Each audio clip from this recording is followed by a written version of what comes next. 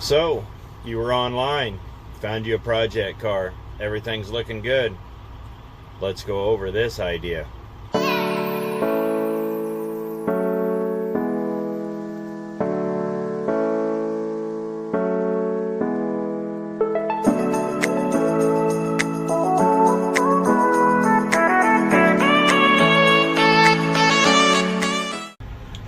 Recently, I found a project car online that I really liked. It was something I've been looking for, something I thought would be fun for the channel, but not just for the channel. I thought it would be fun for me also, because I've been looking for one a whole lot longer than I've been doing the channel. And what the project was a Starsky and Hutch edition Torino, an actual, 022 model. This is one of the 1,000 that were made, and got pretty excited about it. Really wanted to watch it. It's about 2.5 hours from the house up by Topeka, and the price is kind of righteous at the beginning, but then there was quite a few things, so I reached out and started looking a little deeper, and we're going to talk about that and what you should watch for when you start doing projects like this and looking online, because pretty paint hides a lot of sin. Now, I'm going to be very straight and upfront about this right from the get-go. This car is not a reflection of the guy who's selling the car. He was very straight and upfront with me about what was wrong with the car. He said it was rough. He said it has a lot of Bondo. The paint job, he's been very straight. So that's a good indicator right there that you're dealing with somebody honest, and this is not a scam. He was, while I think he's a little overly optimistic on his asking price due to the condition of the car, it's not completely out of line. But we're going to go over some of these pictures, and I'm going to tell you what scared me about this and things to watch out for. As you can see at first glance, this car is actually really pretty, in the pictures at least. Everything seems to look good. It doesn't seem too bad on the outside. Paint looks good, but there's a lot more than meets the eye, and we're going to go over these photographs. In this picture, you see the outside of the car and the back half of it. Now, there's a few things here that are a dead giveaway. So the first thing that stuck out was the fitment for the fender to the back window and around the trunk, how it's raised up and kind of collapsed there. Also, the way the crack by the rear tail light and the way the trunk lid was fitting. Also, if you look in the window, these are Mexican registration stickers, and that tells a story of its own. Now, the Mexican registration stickers themselves are not a big deal. It just tells me that the car spent, from what looks like, the majority of its life down south of the border. But if you couple that with the other pictures of the interior, it's going to tell you a more full story of the car's life. And this is where a little bit of research comes in, and this is where a good geography lesson comes in also. Because while the car claims to have a clean Kansas title, that's very possible. I'd have to see the title, but the seller's been straight so far. But this gives you a glimpse on the car's history. So since the car was out of the country, there's a huge gap in the Carfax, if it even has one. So I'm going to show you the interior of the car now, and then we're going to go over what I believe and where I believe the car was, and why I ultimately decided to back away from this project. As you see, the dash pad and a good chunk of the dash is missing. That didn't bother me. It was just the sheer amount of rust. But this didn't look like regular rust. This looked more like saltwater corrosion rust. And that's where the Mexican registration stickers came into play. I did not have any pictures of the trunk. I did not have any pictures of the frame. But there's one kind of rust that scares me, and that's saltwater corrosion.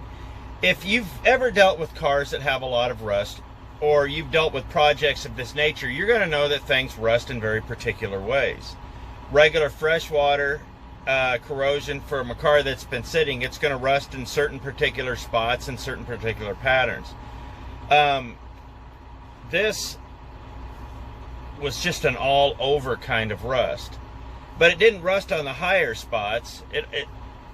Somebody brought up the point that it kind of looked like the car had been submerged underwater at one time. It may have, I don't know, but the tunnels seemed to be in fair shape, but the floor itself just looked like it had taken a bath in salt water. And so when you couple that with the way the outside of the trunk looks, which tells me that that's been completely redone at least once, there's no pictures of the trunk and there's no pictures of the frame, and it's not uncommon for the frames on these Torinos to rust in half. I've seen it. Guy I know showed me one. He had one that he really loved, and he bought it from up in Wisconsin, and lots of salt up there, and the frame had rusted. It was heartbreaking for him because it was actually a good running car. So those are things and questions that you have to ask yourself. Now, as we go on this little journey with this car, there's a couple other things that you're going to have to ask yourself and find out. Like most automotive masochists, I've come to accept the fact that I'm going to lose on these things. And that's kind of where it is. You can't buy a car like this to expect to make money. There's no meat left on this bone, and it's not the seller's obligation to leave you any meat. That's the rough reality of it. It's basically a 76 grand Torino. Now, it is a special edition car, one of 1,000 made. But that's what you're buying for the price. You're not buying the car, you're buying the VIN numbers. And the guy wants $1,600 for the car, and I'm sure to somebody it's worth that, but it's going to have to be a labor of love and not a money-making proposition, because if the car is as bad off as he claims, it's the only reason this car would get restored rather than parted out is because of the VIN numbers. But for $1,600, I can buy a much nicer example, because you're going to spend $4,000 just in sheet metal to fix a $7,000 car. These cars just aren't worth anything once they're all restored and completed. Don't get me wrong, they're beautiful, but they'll never bring Chevelle money.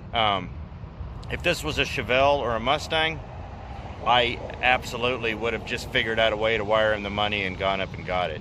But it's not. It's a 76 grand Torino. Now, mind you, like I said, it's an 022 numbers. The guy sent me the numbers. The car's legit. The car is a very legit. It's number 502, I believe. And so he was straight. But I just can't justify, building his car because I haven't seen the frame. If the frame is shot, the car's shot. There's no point in restoring the car if you have to replace the frame, because from what it looks like, I'm going to have to replace 2/3 of the body, and then replacing the frame, you just really don't even have an original car anymore.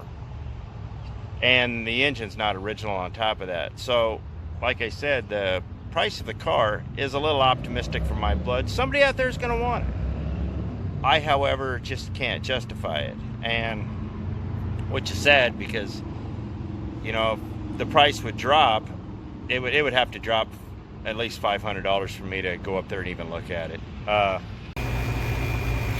Now, before all of you keyboard warriors go nuts, or the one or two of you that might actually comment, I'm making all of these determinations on the information that I have. I'm 100% positive I don't have all the information. You never do. So with the information that I have been given, I've been given the VIN number, I have the pictures. I have to make these determinations because it costs money just to go look at these cars. I don't have anybody up that way that can go look at them for me. I kind of wish I did. And if you have somebody that could do that for you, it's, pay the guy gas money, whatever, have him go out and look at the car, ask very specific questions. Because, like I said, these cars are a labor of love. They're not money-making projects. There's not any real money to be made here.